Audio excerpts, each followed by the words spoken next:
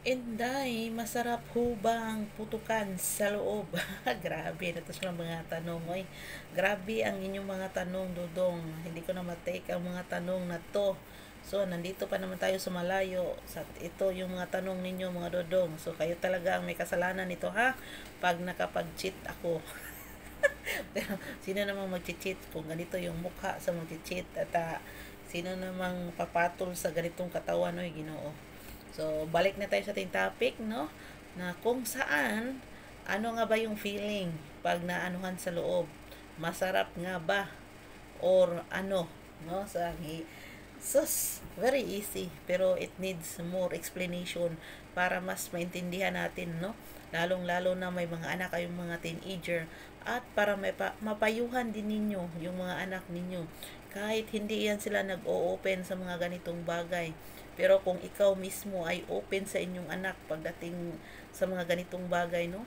Para mapaliwanagan mo sila, ma-guide mo sila ng tama. Kasi hindi naman po lahat ng ganitong topic ay pinag-uusapan sa pamilya.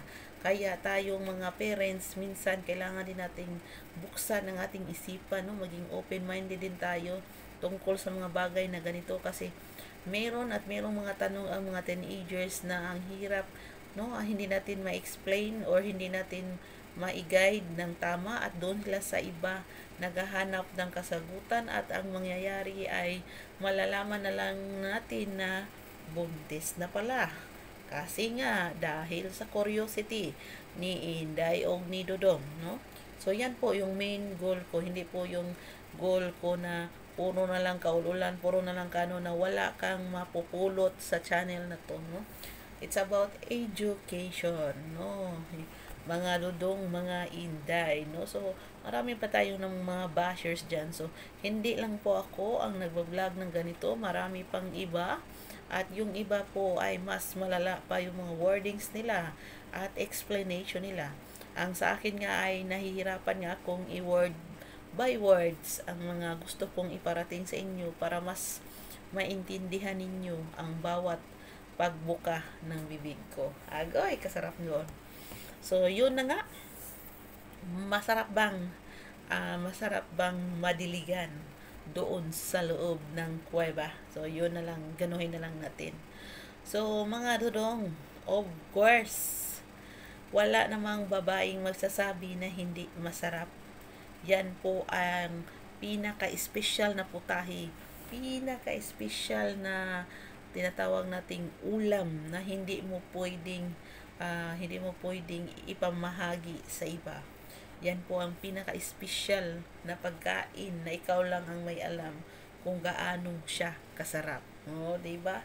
So, kahit gaano siyang kasarap ay may sequences tayong sinasabi dito, no?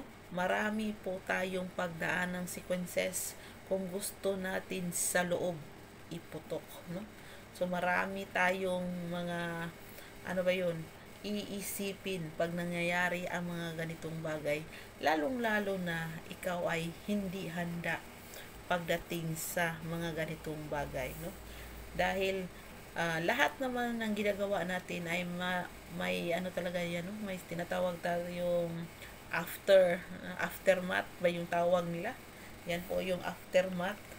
Yan po ang ano, no, na once na doon mo siya naiputok sa loob ay may kaakibat na responsibilidad, mga dudong.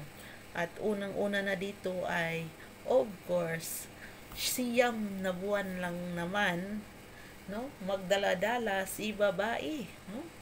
At ito ang resulta, no?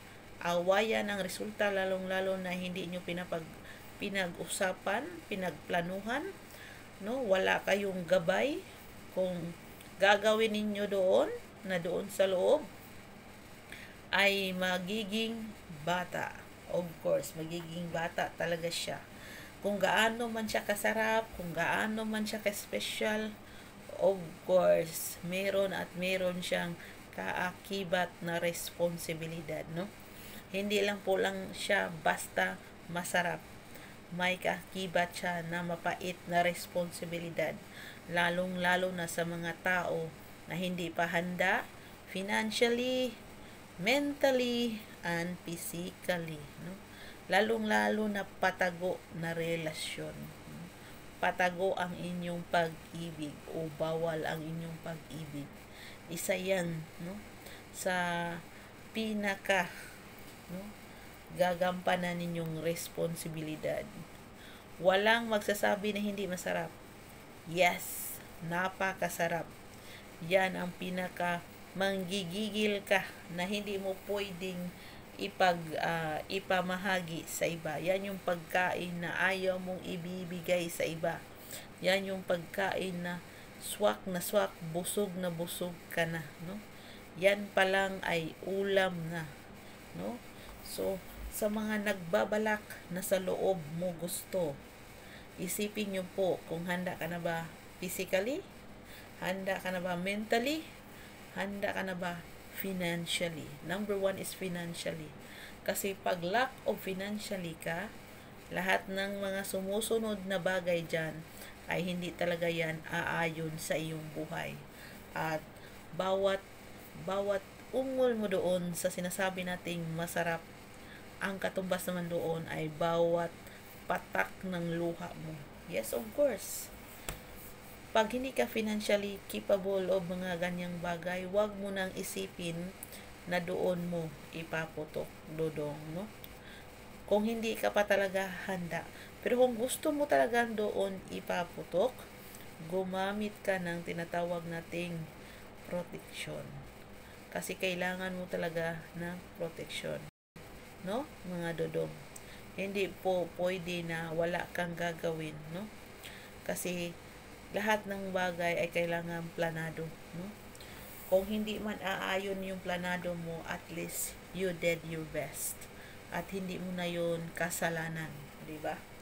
At least man lang may naipapayo si Inday Bagat sa inyo na gaano man yun kasarap ay may kakibat na responsibilidad, no?